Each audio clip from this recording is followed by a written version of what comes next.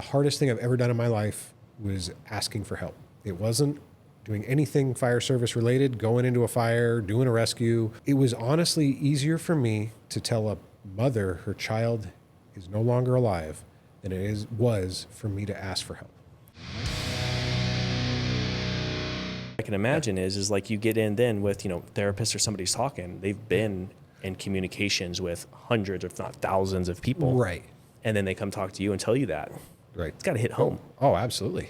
Big time. Yeah, it was, whoa, that, it rocked my world in a way, but the weird, like, fireman part of me was like, yeah, I'm the, I was the worst and got better. But then that's like, well, that's not a badge of pride. That's, that's actually terrible. Yeah. But for them to be able to for you to be able to respond like that and do what you did, that's pretty impressive. Oh, thanks. Very impressive. That's totally why I've kind of built this, from pursuing that second career in firefighting. And I mean, I was 44 when that was going on, the second time kind of testing through. And I got an interview with them, and, I look at it as I didn't move on past the first chief interview panel. Yeah. But I see it now as like, that was a blessing. Yeah. Because what if I did? What if I put this off? What if, got hurt in the academy? So many then things. where are you at? Yeah. Right.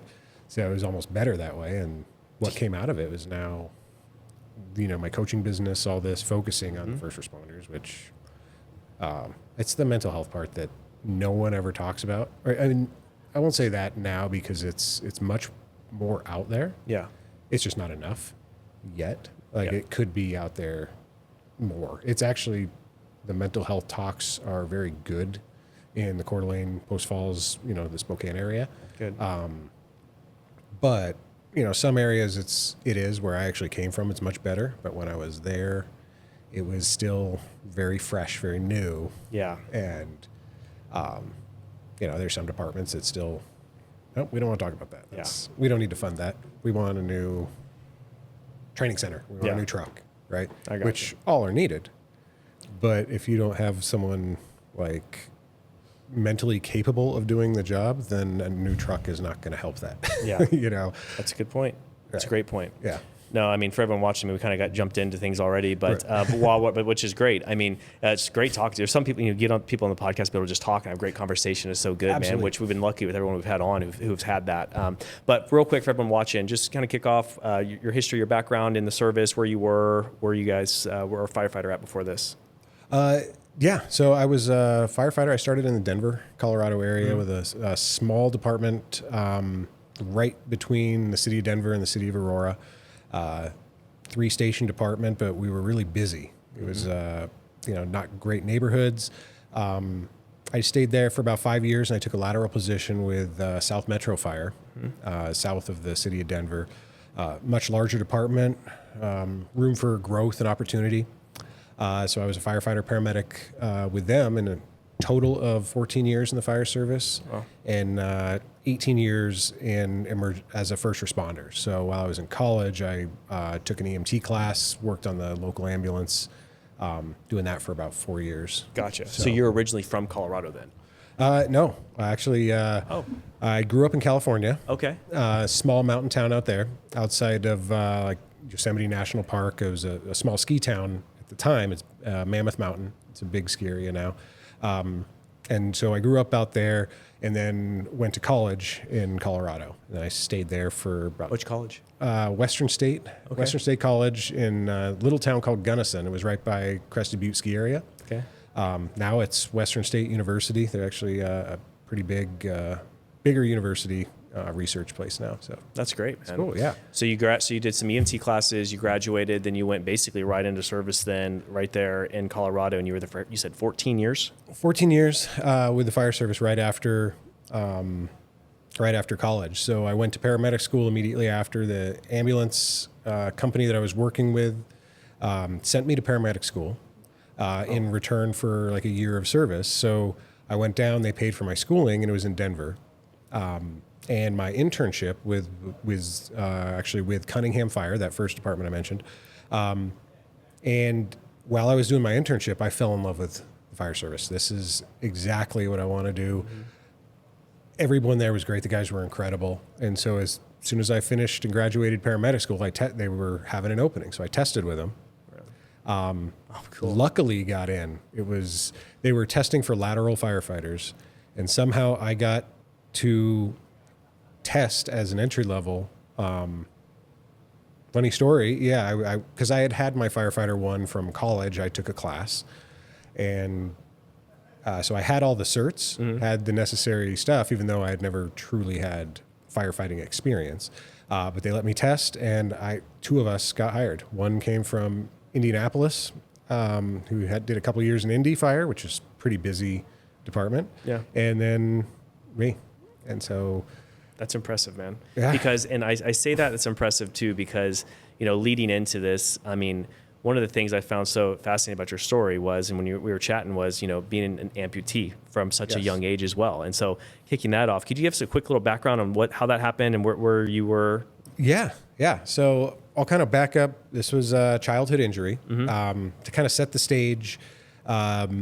Really, I grew up in a small mountain town, like I said, absentee alcoholic father. So he was not around, kind of abandoned us. So it was, I was the oldest of three boys, and my mom was a school teacher. So raising us in a pretty dysfunctional family, rambunctious boys also. I was really into rock climbing and skiing, and a competitive ski racer at the time. And so when I was 13 years old, I was out hiking with a friend of mine around a mountain lake up there with his family and a couple other families. Were just having a picnic. We were the oldest boys, so we just decided we're just going to go for a hike. Veered off trail, and because there was some big rock faces, we wanted to go climb them, And as we were hiking up this embankment, pretty steep embankment, some loose rocks, I get to a point on a little ledge, and I look up, and there's a boulder it was taller than me. My friend said it was about the size of a small car. Came falling and literally just fell right onto me. So you were climbing when this happened, or you were just standing at the base of it? I was standing at the base of it. So Okay. I was hiking up this hill, took a little break on this little ledge, and look up, and this boulder, taller than me, just started leaning and actually fell. So it was honestly more of a slab, but I was able to move out of the way just a little bit, but obviously not far enough, and it came down and crushed my foot. But there's a lot of lucky points in this story, right? The hill was so steep, the boulder kept rolling down, so I wasn't pinned. Got it. So it just rolled over me, continued down the hill. My friend was a little ways away, came running up, to see, are you okay? And then he sees what had happened. I had just kind of sat down and pulled my shoe off. Because we were at this lake, it was kind of like having fun. I was wearing that first edition, like water shoes, like the Aqua socks, if I'm dating myself. I know which one you're talking about. Right. Yeah. So no protection. Right. And it basically tore the shoe off. And so I sat down, pulled off what was left, and it literally split my foot basically in half, and then severed all my toes. And so he ran for help. And while he was running down, he came across a couple that was on the trail right as he kind of intersected. The guy, ran up the hill to help, to help me. Luckily, he was a dentist, so he had some medical training. So he pulled his belt off. While he's coming up, I was actually remember taking my shirt off, and I have to stop this bleeding. I don't know, 13 years old. I don't know what to do, but I know the bleeding has to stop. Well, he came up, took his belt off, and applied a tourniquet around my leg, and I'm convinced that that saved my leg. So from there, we sat down and just waited. So my friend had to run, basically, it was about a half mile or so back to where his family was picnicking and all that. This is before cell phones. So someone had to get in a car, drive down to another lake where there was a marina with a payphone, and that's where they called 911. And it was a volunteer fire department out there at the time. So this process took, maybe upwards of an hour before the ambulance kind of got back up to the lake, and then they had to they called out an ambulance, fire, and search and rescue, because I'm up on a hillside. They needed to do a rope rescue, a low angle rope rescue. So this process took a long time, but at least the medics were there. They were able to medicate me, package me up, and then it was about a 4-hour rescue by the time I got down to the hospital. Gosh. So another kind of lucky point. This is the time. This was 1993, so it was a tiny community hospital. Again, no cell phones. There wasn't an option for a flight to do a helicopter rescue. At that time, there was one helicopter in the region, as I understood, and it was doing a rescue in Yosemite National Park. So I didn't have that. There was just an ER staff. Again, luckily, a surgeon had just flown in to do another case. He was an orthopedic surgeon and a trauma surgeon from San Diego. Interesting. So very lucky. He flew in, took me in right away. And honestly, I needed a trauma surgeon and an orthopedic surgeon, so that was luck. Yeah. And so when my family got to the hospital, they were prepping me for surgery, and they basically told them, there's a good chance your son's going to lose his leg below the knee today. And that was all they could go off. When I came out of surgery, I guess during the surgery, the doc decided to let me just pin this back together and see what happens. Yeah. So they were able to pin my foot back together, pin the toes back in, and we waited for about 10 days, 2 weeks, somewhere in there. A couple other surgeries, and at that time, basically, I started developing an infection about that 10-day mark. So they said, nope, this is it. We need to amputate really just the first 2 toes. They didn't come back. They didn't get circulation back. And they had to do tons of skin grafting because I had no skin on the top of my foot now. And so that's what we did. So all of this to lose 2 toes and to have a couple surgeries was pretty lucky. For sure. So that was the first amputation. And then from there. So going back on that real quick, you were 13. I was 13. How big was the bolt? Just rough table size? I remember it being taller than me and wider. So my friend said it looked like the size of a Volkswagen Bug. I'm guessing at least 6x6, if not 6x8. Again, I believe it had to have been a slab. Yeah. Just because of the sheer weight. Yeah. That it's not going to roll. But it was a steep mountainside. It gets a lot of snow up there. The freezing and thawing. I mean, boulders fall. Yeah. So, any case, I don't know, several tons. Yeah. But to be out there too for 4 hours, you were saying, for like a rescue taking 4 hours. How did that first dentist get down to you? Did he climb down, since they had to do a rope rescue, right? Yeah. So he actually had to go up the embankment because we had climbed up this hill. Got it. So he scurried up there. He was able to get to me. Realistically, it was probably less than 100 yards from the trail, but pretty steep embankment. So it's a lot farther than I was thinking. It was a climb. Yeah. So when search and rescue got there, they had sent a big team that had to get above me somehow. Got it. Tie off to a bunch of trees or rocks. Again, hopefully not loose. Yeah. And then have this whole uphaul, belay system basically to get me back down. And then you said it split the foot this way. Yeah. So like right and left. So it split open like this, and then took all the skin off. So I don't want to get too graphic, but you can imagine. Yeah. And all the toes were severed. Gotcha. So you get done with surgery. Then after all this, so everything's pinned back together. You end up losing two toes. Yes, and I lost the big toe and the second toe. Got it. At that point. And then how long after that? I mean, so were you able to go back to kind of normal way of life after that, or what happened after that? Yeah. So when I had this done, they said immediately. The doc said, you're going to have some limits. You're going to walk with a limp the rest of your life. Mm-hmm. You're never going to rock climb again. You might ski again in a couple of years. It depends when we can get your foot in a boot. But you're going to be limited. You're going to have lots of surgeries over time, and there's really a good chance, just as you get older, arthritic, we're going to have to take the remaining toes off. So I kind of understood that. But I didn't understand the fact that the two things I loved you're going to take away from me, but you let me keep my foot. Yeah. So I didn't understand that. Yeah. So again, he's an excellent surgeon. Mm-hmm. There's no blame there. Just having the limits, because odds are that's what he had experienced with patients, right? Yeah. But I adapt pretty well and said, I love these sports. I want to be quote unquote normal. All right. The thing about childhood amputees, kids that are amputees, they really want to be normal, right? That's their whole goal. It's not, it's not a woe is me. It's how can I just be normal so I can play baseball with my friends or, play soccer, whatever, right? So that's what I wanted to do. Yep. I got creative, and I had a physical therapist who was really good and kind of encouraging, and said, I want to rock climb again. And he said, all right, let's do it.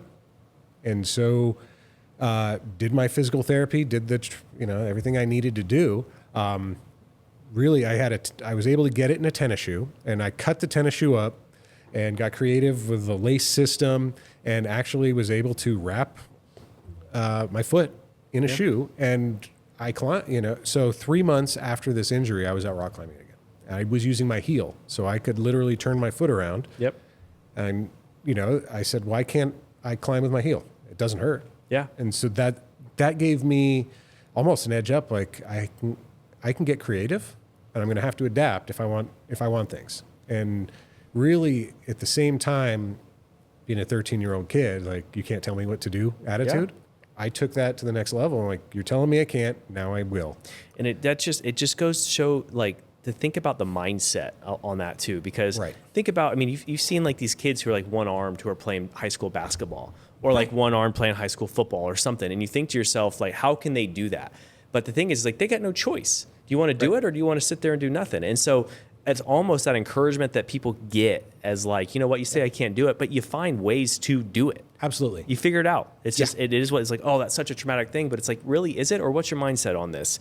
We were just talking briefly about the diabetic thing. It's like, I tried for so long, I was like, man, I just want to lose like 15, 20 pounds. Oh, I got to do this. And the mindset wasn't there to do it. But then I get diagnosed with this, and it was like, oh, I kind of have to do it. And then boom, drop the weight like that. Careful what you wish for, I guess, sometimes too. But like, your mindset just shifts completely to just, I'm going to do it. Yeah. So kudos to you for that. Oh, thanks. Yeah. It really served me having that mindset and that attitude of, I understand I'm going to have to adapt if I want to get something, because I could have easily fallen into a victim role. Yeah. At 13 years old, woe is me, can't do this anymore. Where would that have got me? Yeah. Poor me type thing. Right. Exactly. So no, it just gave me the drive. My friends were out doing it. I wanted to be a part of it. So for sure, I did it. And that really served me later in life, because I wanted to be a firefighter. All right, what do I do? What do I need to do? Yeah. And like I said, I tested, and I must have done very well, because I got the job over several hundred other people. So going down that route then, so it's 13, that happens. And then, of course, obviously from there, you're living out through your high school days, through up into college. Mm-hmm. And then where was the point where you decided that, being a paramedic, being a firefighter, that was the choice or what you wanted to do? Yeah, that's a great question. Yeah.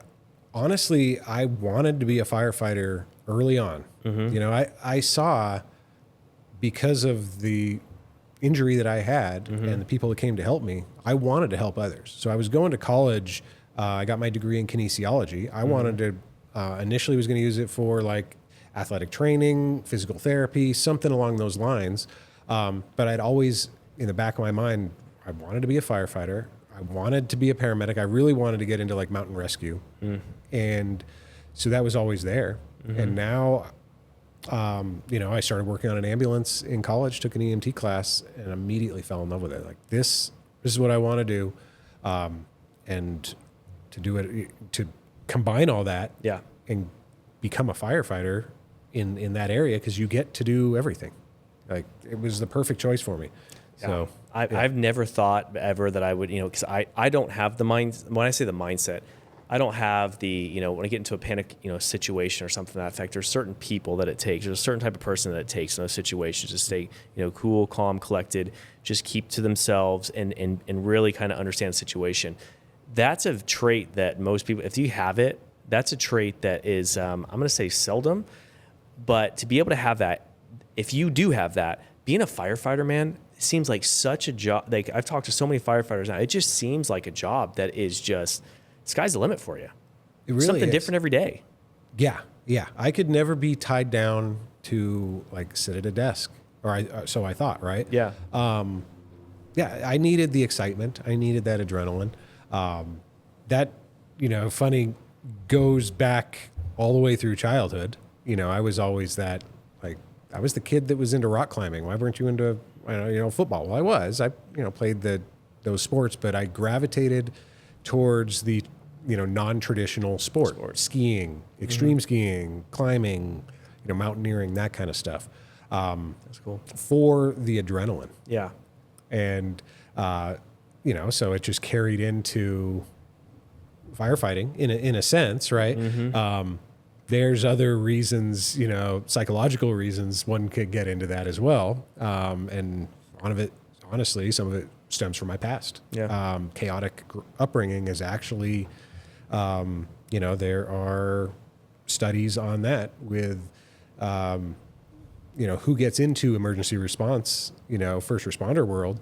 It's more often than not someone with a childhood past, right? You're trying to heal what you didn't have in a sense, right? So all these things add up, and that kind of leads down the road, you know, later on with my fire career. Interesting. Yeah. So you got done then, obviously you went to college, you got into your firefighter. So then there was a second amputation that hit. When did that fall in? Yeah. So my second amputation was actually just over a year ago, 16 months ago. So it was previous March. Basically what I was doing, I'll kind of back up a little bit. I left the fire service in 2017. Okay. I was becoming more jaded, salty, you know, as we kind of call it in the fire world. I was burnt out as a paramedic.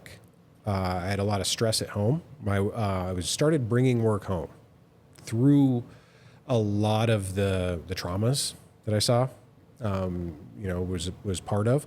I ended up developing PTSD from all of those traumas. So actually it's complex PTSD, which is slightly different than just standard PTSD, right? It's a bunch of traumatic experiences over time that I didn't process well. And so I left the fire service because of that, but I didn't know it was PTSD at the time. I thought it was burnout. So my wife was, like I said, an ER nurse at the time in a busy trauma hospital. We had young kids, busy family. Life in general just gets, you know, overwhelming at some point. So I decided I'm going to be done with the fire service, which was very hard. Yeah. And my wife, at the same time, applied for a job up here in Coeur d'Alene. Oh, interesting. So she got a nursing job here. A little family out here. So we came out just thinking, let's just start over. If I want to get back into fire at some point, we'll deal with it then. Yeah. So really I kept having issues though. I thought I could leave the fire service. I wouldn't be around, you know, I wouldn't be around it, so I could move on and start over. Well, because of that, I had my identity tied as a firefighter. It was who I was, and who I believed I was, not I'm Darren, I'm a father, I'm a husband, right? So when I left, I lost my fire family. I lost my identity. I lost all of that. That was really a sticky downhill road for me, right? I suffered, you know, honestly, a couple of years. So we moved out here. I worked odd jobs. You know, I said I could never work at a desk. I had a desk sales job. Hated it. Can imagine. A lot of, you know, just odd jobs. When I first came out, I was a handyman. Interesting. For a while. Just doing things to make ends meet. Well, that led on to depression, alcohol. You know, I was fueling myself with alcohol. I couldn't sleep, flashbacks of calls or situations over time. basically the downward spiral to rock bottom. So what really made me open my eyes to this is I used to get emails and magazines still. Firehouse Magazine had an article on PTSD in the fire service. I'll read it. I'll check it out. And I had known what PTSD was. I had had patients, veterans. I knew what it was. I never looked in the mirror. I never saw, oh, this could be me. I was trying to fix everything. As first responders, we're fixers, and realized maybe I'm not fixing myself. So I read this article, and there's a quiz at the end. I took the quiz. Why not? I hit every single red flag on every question. And that was a big eye-opener for me to say, wow, maybe this is it. I thought it was seasonal depression. I thought it was because I didn't know anybody. Yeah. I blamed my wife for moving us out here. I truly was miserable.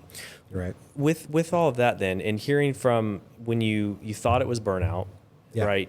And then in turn, PTSD, for some of the people watching on this too, like what were some of those things in the questionnaire? Like what are some of the things that you were thinking? Why were you thinking it was burnout? Maybe help some of the people watching realize like maybe it's not burnout for you. Maybe it is. What are some of those key milestones that people should be looking for? Right. There's tons. What we learn about PTSD is, you saw something traumatic and you can't sleep, or you have you change your affect. Well, that's true, but there's so many other things. And in my experience, I didn't realize I was having trouble sleeping because I was at a busy firehouse for most of my career. So it was common to be up once or twice a night. Yeah. So that didn't really hit me until I wasn't at a firehouse anymore. Yeah. Right. My affect changed. I was no longer present with my wife or my kids. We would, we'd be eating dinner. I'd be staring at the wall. I had no idea conversation left or right of me. It was just a lot of constant blame. Like, why can't I be happy? Negative thoughts coming in. Suicidal thoughts coming in. Like, all I wanted to do, and we moved from there, and all I wanted to do was go back. And my wife noticed it. She was so supportive. She's my number one supporter. But it got to a point where it was just over and over and over, and I was drinking a lot too, and when, even when I was a firefighter, it's 3:00. I'll grab some beers on my day off. No big deal. I'd go golfing with buddies. We'd have several drinks. That's common, but it would start going, well, it's 2:00. It's okay to have a drink. Now it's 1:00. It's okay to have a drink. Oh, it's noon. That's a special occasion. Well, when I moved here and was doing random jobs, beer with lunch, sure. Yeah. Turned into 2, or I'd get home from dinner and have a drink or two before getting home from work, before dinner, have one with, and it was just continued. So to answer your question, just changes in who you are, your attitude, what you're doing. Yeah. If it's alcohol, prescription drugs, illegal drugs, whatever, look at who you were when you were happy and look at yourself now. Yeah. And it's crazy to think, even as you're talking, I'm just thinking about this, thinking about myself on an everyday level, and I talk to you about, like, if I had to go onto a scene, or if I was somewhere where something happened, an accident happened, to me, that's a traumatic event. It's like, oh my gosh, look what's happening right now. You're doing that every single day though on your job. Yeah. Constantly. And then I can imagine too, and the effect of you're with the guys at your firehouse, right? You're all doing this together. And you're all probably thinking to yourself, like, this event's crazy. Probably some of the internal thoughts you're having, even as we sit here and talk, right? You can have internal thoughts that you're thinking about. The people on the camera don't see those internal thoughts, right? Maybe you're thinking about the next question you're going to answer. Maybe you're thinking about other things, right? But people don't see that. They see what's coming out of your mouth. So the same things happen, I'm sure, on scene, where you're sitting there on a scene. You're maybe processing something. Everybody else seems completely fine on this scene. And so you get back to the firehouse, everything seems back to normal. There's probably stuff that you have to process that you're thinking to yourself, like, oh my God, but yet you don't want to bring it up. So I can only imagine how many times you do that in a year. Right. Just compiles upon itself multiple times over. Exactly. So I can even imagine. Hundreds, everyone has to be dealing with that in the fire service. Yeah, that's very true. It used to be, a long time ago when I started, I started in 2003. And so the guys that I learned from started in the 80s and 90s. Then it was a suck it up, kid. This is the job. You got to be tough. You got to be able to handle it. You're going to see a lot of this. That was it. And then the way to cope with it was laughing, pranks, fun firehouse humor. Yeah. But that's a coping mechanism, right? Today, it's known a little better that we do need to do debriefs over some of these calls because you see a ton, right? And like you had mentioned, you could be thinking something. Each call could affects everyone differently, right? That 8-year-old drowning that you go on, well, maybe the lieutenant has an 8-year-old child. That's going to affect him a lot different. Big time. Right? I had several of those calls. Kid calls are the ones that got me. But prior to kids, they were horrible. But when I had my own, it was different. And one of the calls, my worst call in my career was a child. While my wife was 6 months pregnant with my second child. Don't need to get into the details, but yeah, you take that home. My partner, during that same call, his daughter, a few months prior, was kicked in the head by a horse. She was younger. So he's experiencing that, and we're both on this same call. I was the medic. He was the EMT. The engine company that came with us, there were 3 of them on the engine company, all have kids. One of them, the driver, he was a little older. His son was in military, deployed, special forces. This call was the night before Father's Day. So all of these things, he's panicked about his son who was supposed to get a call from him and didn't. I'm dealing with my own stuff. My partner's dealing with his. And we go on this call. It's, the call was smooth. Yep. However, everyone's going at different paces. Everyone's going through their own emotions, and we have to hold it together to do the work, which you're trained to do the work. Yeah.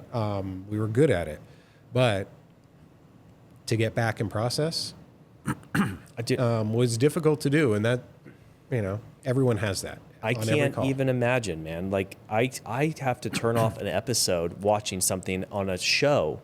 Something happens to a kid, and I'll literally turn the episode off and stop. My wife's like, "What?"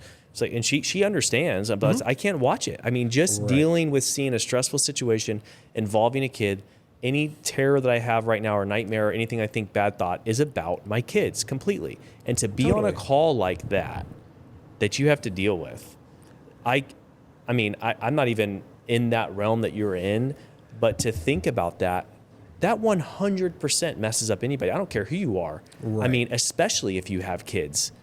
Right. That completely takes it into a completely different realm. Sure. And you got to talk to somebody about that. Absolutely.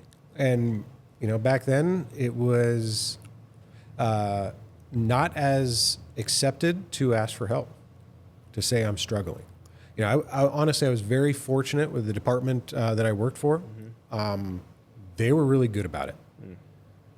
But in that first responder world, there's still a stigma of if I ask for help, I'm off the truck. Yeah. I'm in admin for a while. I'm pushing papers around. Nobody wants to go and do the office job when you could be at a firehouse with your group and running those calls. So, people are scared of losing their jobs for asking for help. And unfortunately, I was one of them. Yeah. But the thing is, I didn't understand I needed help. My experience was I would ask for a break out of a busy house. Every now and then I would just get overwhelmed.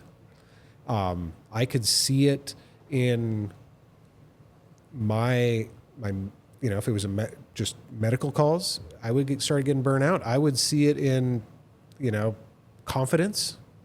Do I know how to run this, or should I be the one running this call? Yeah. Your confidence fades when you start having, a lot of signs of PTSD. Yeah. You question yourself, you question your decisions, all of that. Yeah. I noticed it. I used to be a field training instructor for the new medics.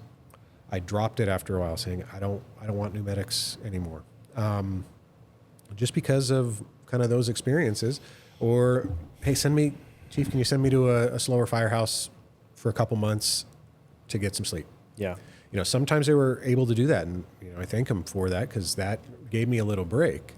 But the flip side of it was on the busy stations, and a lot of departments run, the busier stations, you might have 2 medics on their medic unit or in the firehouse. So you can switch off calls, you can get on a different unit. The slow houses get 1 medic. So in my case, I'd be either flipping days attending or flipping calls. But if I went to a slower house, I was the only medic. Now, not confident in my skills. And I was a very good medic, very good firefighter. But now I'm questioning my skills, and now I'm the only one. Yeah.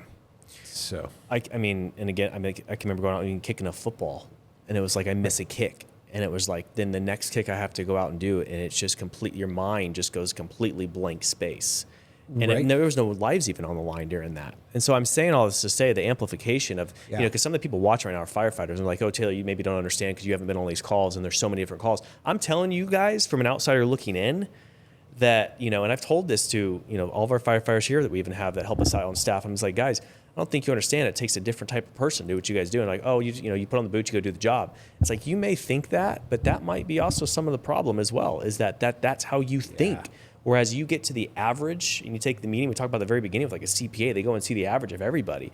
You take the average of everybody, sprinkle a couple of firefighters in there, and that average is going to go, with stress, PTSD is going to go through the roof, I can imagine, because the level is just going to be way up here. Right. It is. And the numbers show that, right? They say, so I've read a couple different studies. The average person will see between 1 and 4 traumatic events in their lifetime.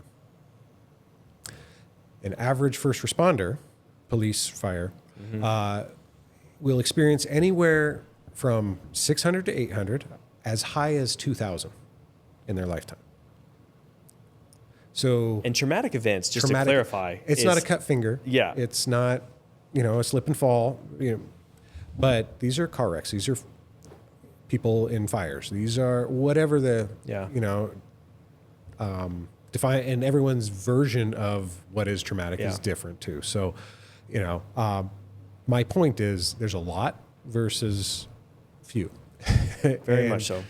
So that's that complex PTSD that I was talking about. You see a lot, and how you respond, and really your overall mental health going into it and staying healthy. Yeah. There's so much to do now that we can do to stay healthy, so you don't reach that high number, that burnout, that, depression. Before I start going into more or less like, hey, what do we do? What's the next step? I want to say on this as well is that I can imagine too, obviously we talked about you're at the firehouse with everybody, but the thing that you hit on a second ago, which really hit home with me is that when you come home from that, you come home to then a family and kids who are expecting dad just to come in and be able to have fun. You're doing fun things with them, doing things. I can only imagine how that then affects that life, especially for a lot of other firefighters as well. Right. Yeah. It's really hard to come home and be dad after you have seen something or experienced something or had a call go the wrong way, right? I would, honestly, I'd pull into the driveway, and sometimes I'd sit there 10 minutes. Yeah. Just, how do I be husband? Yeah. How do I come home to be dad, right? It's hard. You see your kids. I got to a point where I was seeing my children's faces on patients. I'm not going to speak up and say, hey, Chief, I'm going crazy. Yeah. Because I'm scared of losing my job. Yep. Right? But I did need it. I needed help. And the funny thing was, I still never thought I had PTSD. That's alarming to think back on that, right? Yeah. It's just tough to... How about with your wife and all that too? I mean, I can imagine there, because you feel like you go and talk with them about every single thing, right? And then did you feel more like, hey, I don't want to burden her with this, or did you overburden her? Like, what was that like? So I actually thought it was smart to not tell her about my job. We would ask, before, how was your day? And then it turned into, fine. Okay. Maybe, hey, great, we had a little fire. Mm-hmm. That's it. And again, she was an ER nurse, so she's seeing I know what she does. I bring patients there. She knows what I do, right? We didn't want to burden each other. And that was the dumbest thing we've ever could have done. We needed to share and off gas almost, right? And that kind of came between us, right? The point that I hit my lowest was out here 2 years after I left the fire service. When I entered therapy, the reason I entered therapy is my family was going to leave me. That was it. And quite honestly, I don't blame my wife one bit because it was me, right? So I sought out a therapist, a local therapist who deals with first responders, and she's incredible. She actually started a group of other therapists that works strictly with first responders. But I did a lot of EMDR therapy. That worked very well for me.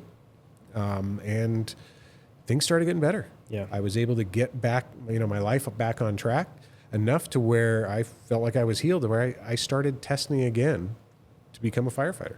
So again, in my mid 40s, I want to do this again. And that's when, to actually answer your question earlier about my second amputation, I was training so hard in the gym, again, testing against kids half my age, right? Literally half my age. I was doing a lot of working out and wore out my foot. So I started having more and more pain in that foot again and saw a surgeon and thinking, okay, let's just take those toes off. If we can remove some scar tissue, I'm training. Yeah. He said, it's not that simple. We need to, you've worn out the bone heads. There's tons of scar tissue. Not only do we have to remove the 3 remaining toes, but we actually have to remove half of your foot. And then, so that's a transmetatarsal amputation. So I only have half of my foot now. Gotcha. Plan B, if that didn't work, because they were worried about the skin that they have to fold over to the top, because now you have to graft that skin onto an existing skin graft, which is not favorable. So I had to see a plastic surgeon to see, is that even possible? And how far back to cut. Gotcha. It all worked out, but plan B, if that didn't work or if the skin flap wasn't going to take, is an amputation below the knee.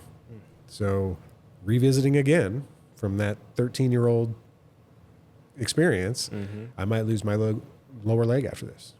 But I can really thank all the therapy that I had, the mindset changes that I had, to where I was honestly okay with it. So let's do it. I'm having pain. The fireman in me is saying, okay, well, you got to fix stuff. We got to get through it. Let's do it. Yeah. And so it served me to have that mindset. Yeah, 100%. And so it was just over a year ago, I had that second amputation. And from then really changed my life a little bit more and what I want to do with my life. That made me realize I need to get out and share this story with first responders about mental health. And so now that's what I do. So what now? And I mean, that's my mind's just going right now because I got so many questions about all this. I'm going to try to keep it shorter, but the point being, I mean, with that though, I mean, going back to some of the stuff on the PTSD front, man, like what, from that point on, I mean, you kind of had all these thoughts, you were moved back here, you decided to go back into the fire service. What were some of the things that you were able to do or talk to a therapist about? I mean, I don't want specifics here, but what do you think other people would benefit from that you benefit from in talking to somebody that made you say, you know what, I'm able to process a lot of this and maybe even go back into the fire service? Because that's a huge 180-degree turn that you took to be able to do that. Was it just talking to somebody about that and getting it out there? Yeah. Was that what it took? Honestly, that was most of it, is admitting to myself, I have PTSD. Mm-hmm. It's understandable. A third of first responders have admit they have it. Yeah. There's a lot more.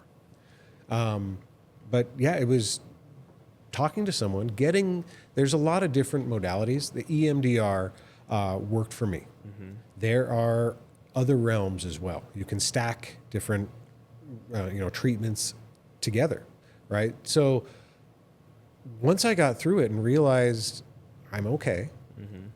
this is still life is good. And now I still have this passion to help people. I love the fire service. I realized I thought it was burnout. I thought I hated medicine. I thought the world was against me. No, it was me. Yeah. And as soon as I admitted, I have an injury. Yeah. We all admit if we break our arm, we have an injury. Yeah. Let it heal. Mm-hmm. You can still use your arm after. Mm-hmm. That was kind of what I thought. I mean, I've gone through that amputation. It's perfectly fine. Mm-hmm. I'm healed. I can go do this again. And so I took that mindset with me. And to speak to others out there, like, ask for help. Yeah. There's so much out there. There are services, and including where we're at in North Idaho. I wanted to mention there's a clinical group, first responder clinical team of North Idaho. It's a bunch of therapists. They're trauma therapists with specific training to help first responders. Yeah. Right? There's a team of them. The really cool thing about this team is they have hand-selected mentors who have actually been in it. So I was hand-selected. I think there's 12, 13 of us now. Police or law enforcement, fire. There's someone who's military, men and women. I think the coolest part of it is it's actually my wife. She's a mentor for the spouses of. Oh, wow. So now the spouses get the treatment. Wow. They get the help because there's so much push for mental health in emergency responders. Great. Yeah. What about the spouse who's carrying the family? Yeah. It's a great point. Yeah. And now there's that's someone. huge. So with these mentors, really, we're not therapists, but somebody can reach out and we go out for a cup of coffee. We have a phone call together. Yeah. Whatever they need, because it takes that step away of, well, I don't want to talk to a therapist. I'm a fireman. I can do it. But I'll talk to another guy. Yeah. I've been on that truck. I could have been on that call, right? It's easier to talk to someone who, one of your brothers, one of your sisters, right? Yeah. And so now there's this team that a lot of us, some people have already reached out. So I'm currently working with 2 mentees. We'll talk on the phone. We'll go for a cup of coffee. Yeah. And it's incredible. Thinking about that too, man, because I bring up some more and more questions, which is, it almost seems to me, and this is an outsider looking in, right? But it almost seems to me like, do I think that, of 100% of the firefighters, let's just say in this area, let's just take a round number, let's just say there's 1,000 firefighters. And you're saying, 333 of them possibly are dealing with the PTSD, but most likely 100% of them are. And, there's firefighters maybe listening to this right now, but it's not me. So with that, though, do you think, and what would you say from what you've gone through now, what would you say? I know there's probably not a fix-all, something that's just going to fix everything, but it sounds to me like you almost need to have one of these mentors or therapists that go into each fire department and talks to each person, even if they don't even have an issue. It's like, hey, I still want to talk to you. I still want to get you into, so it's almost more of a requirement that they have to do, but it's getting somebody in a room to talk, to just start getting them maybe listening, somebody listening, talking to them, start realizing their feelings. Right. That's so hard to do. Yeah. Right. Can't force stuff on the departments. Unfortunately, funding's a big thing. The excuse of funding is a big thing. It is real, but you can't force that on people. But what you can do, and this clinical group actually does it, they go in. It's a familiar face. They'll go have lunch with this station today. The lead therapist will go on ride-alongs with police and fire. Right? Once you get familiar with someone, it's easier to open up. And then there are times, they offer times to, hey, I'm going to stick around if anyone wants to chat. I'll be in the chief's office. Come in if you want. So at least it's there. It's getting there. It's much better than it used to be. A lot of firehouses, police stations are a brotroughhood. They're close, right? Someone from HR comes in there. Yeah. There's not one word is said. Yeah. You're a family. Yep. You protect each other, but then the way it is now and used to be is the form of therapy that we had was laughing about situations, calls. Yep. Some of them are hilarious, right? But when you go take that story to a group that may not understand it, and you're laughing when at this event, there might be a funny part in there, but that's how firefighters kind of cope with it, and we can laugh, and it is one way to express and get some of that out. But is it the right way? I think there's more, and the more we open up the conversation there are avenues out there. There are foundations. There are retreats specific to first responders only. Yeah. First responders and their families. There's some locally. Or you could go spend a weekend in the woods at a pretty cool log cabin. Yeah. Just to get away. So there's a lot out there for, it's just asking. Yeah. And in my case, to be honest, the hardest thing I've ever done in my life was asking for help. It wasn't doing anything fire service related, going into a fire, doing a rescue. It was honestly easier for me to tell a mother her child is no longer alive than was for me to ask for help. I mean, that's ridiculous. And to think, but I mean, to go to your point though a little bit too, I mean, your whole life has been fixing things for people or helping people in need. Right. So then you feel like if you have to ask, then maybe it makes you feel like you're maybe not even, maybe I'm not good at my job if I have to ask for help when I'm the one helping people. Right. I'm just thinking through the thought processes are just going deep in my head now, man. And it's like, going back to what I said a second ago about, and I don't necessarily even know if it needs to be like a requirement that like, but almost, when I go back to like football, we always have reviews with people. Like we have people come in with reviews. Hey, let's do a review. Come in, let's just chat. But it gives those people that time to talk. And it's almost like you wish you could do a review with just someone in a mental health that could come into the firehouse. But hey, we're just doing a quick review with everybody. But it gets somebody behind a closed door that's not forced, but it's But it gets someone behind a closed door where now they don't feel like they have to ask to go behind a closed door. Because if you have to ask to go behind a closed door, then it's kind of like you feel like you're weak.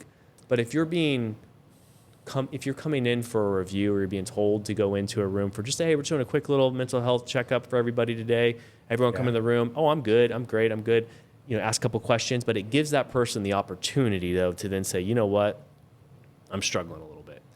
And now they're not that person in the firehouse who's going to see somebody like people might think about now in the fire. I'm sure back, 20, 30 years ago, that's how people thought. Oh, absolutely. But it needs to be changed. I mean, you're the second person I've talked to about this. I think that's an excellent idea, just to have the opportunity. And the more that we bring awareness, I think people are more comfortable saying, hey, that call bothered me. There are requirements, it's department specific, but a lot of departments are having debriefings after calls, right? Or stressful calls. So I think that's great. The captain, hey, everyone circle around, grab a cup of coffee. We're going to talk about this call. We're out of service. And that is happening in some departments, a few local departments. I don't know if it's a requirement yet. I think maybe it should be. Maybe it should come out as a standard just to have that talk, right? But what a lot of departments are doing is they're starting to train their officer staff, lieutenants, captains, chief levels, to look for signs in their guys, right? And maybe approach them.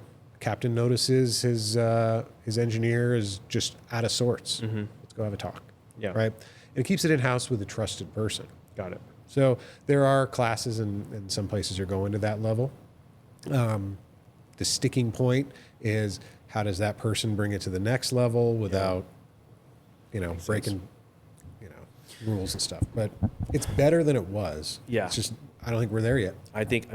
Honestly, man, I care a lot more firefighters now than before. I didn't know before. But for me before, it was just kind of like, oh, they're on scene, they're doing the thing now. Now that I know these guys personally, I'm talking to them constantly. I hear about some of the things that some of these guys are going through. Man, it seems like that we need a lot more of that. So moving and segmenting into this kind of this last point here, which is, what did you say? People watching right now, maybe there's firefighters who've been stuck on this. They're starting to watch now. Maybe they're getting themselves a little bit more enthralled in this episode than they thought that they would. And they're thinking, maybe, maybe this is me. What's the next step for them? Really, reach out to somebody. You know, it necessarily doesn't need to be a therapist.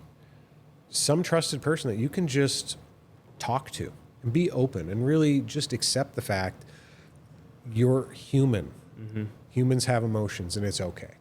If you need to go fishing with a buddy and just talk, then do that, right?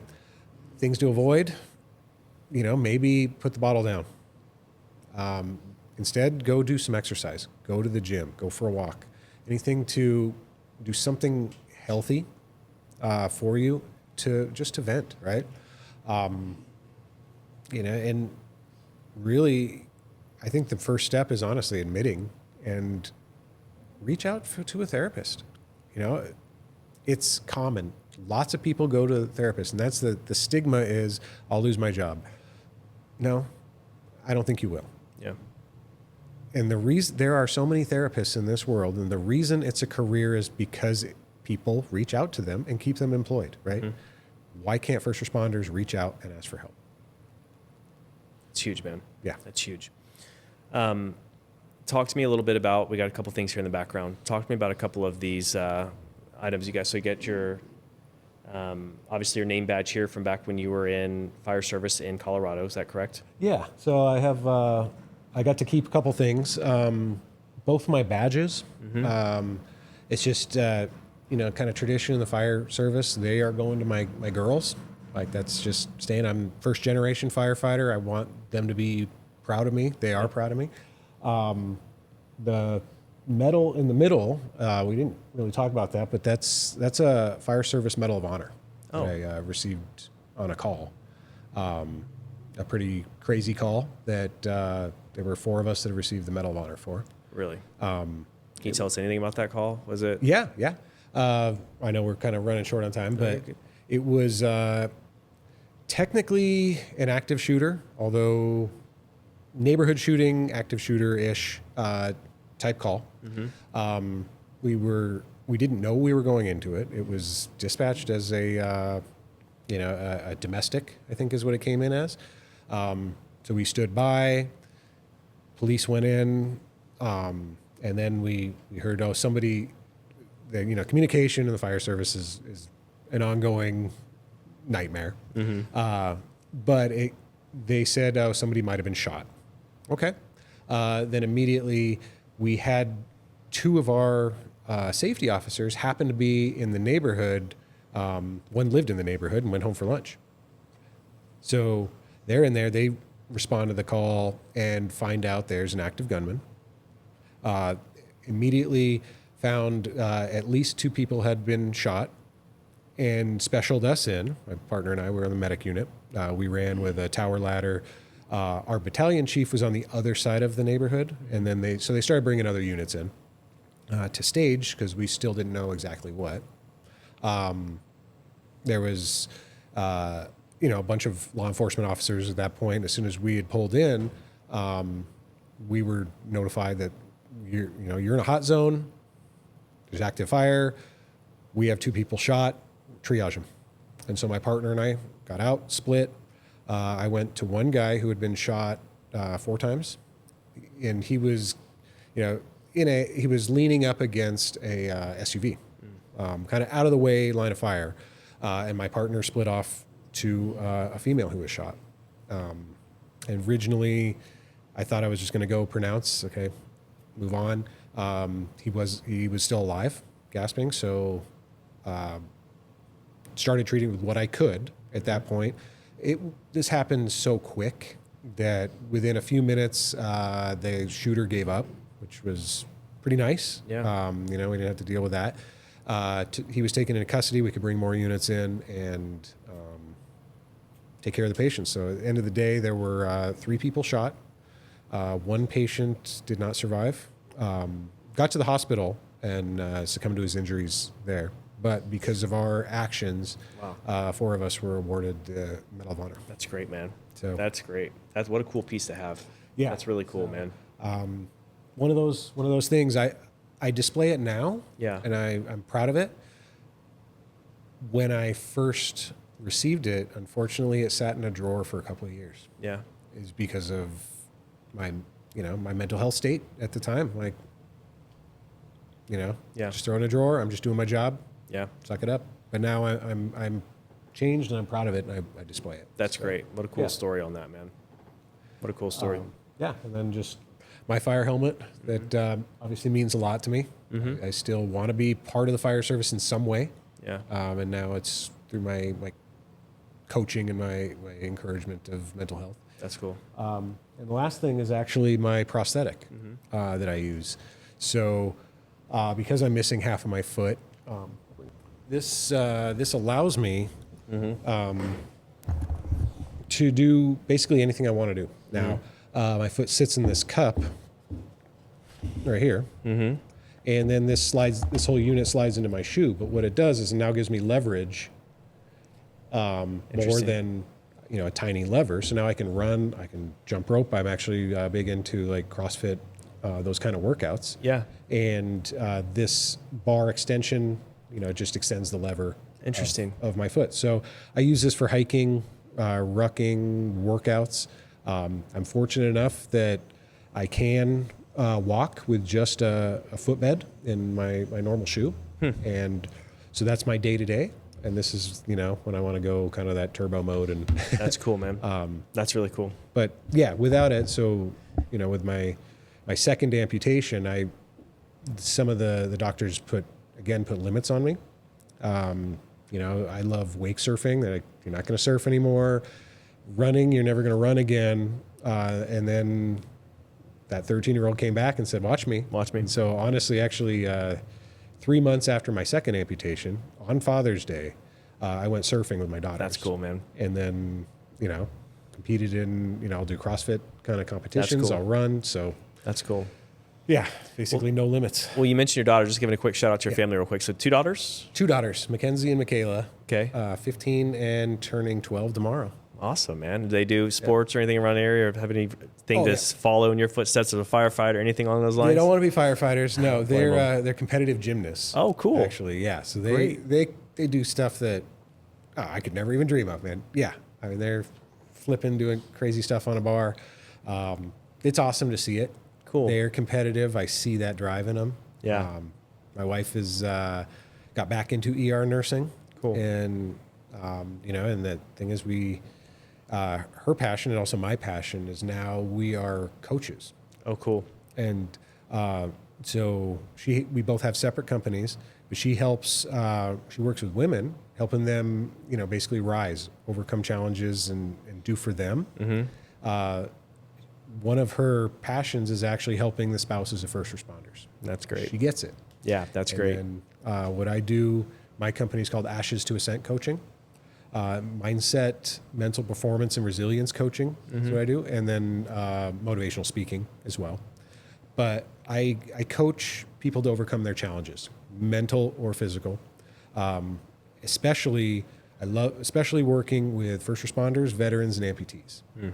Just because I truly believe that it's easier to follow someone who has walked in those shoes. Like literally, I have walked in this shoe.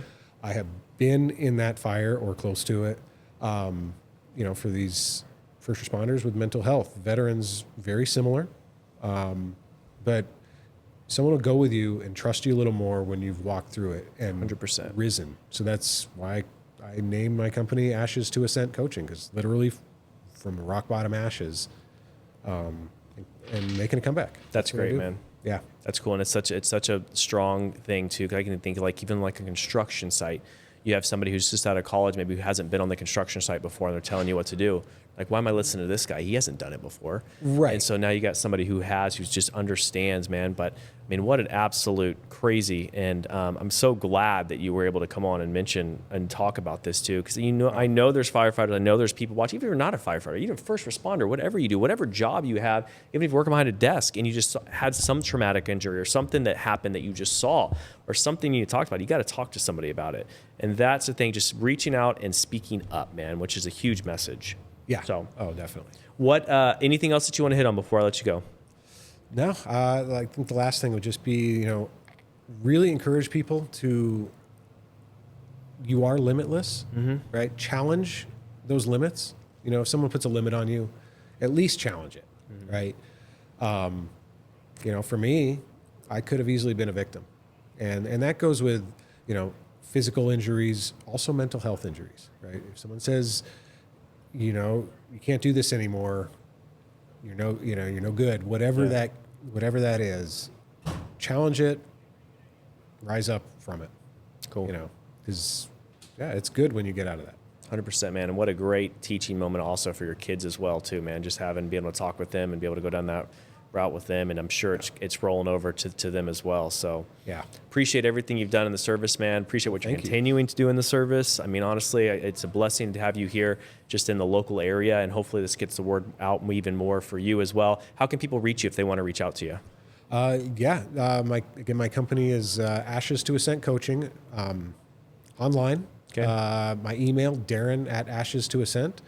I'm on Instagram, Facebook, LinkedIn. Cool. And really, if you just want to talk, send me an email. Okay. I'd be happy to just talk. Cool. Cool, man. Thanks again for coming on. All Much right. appreciated, man.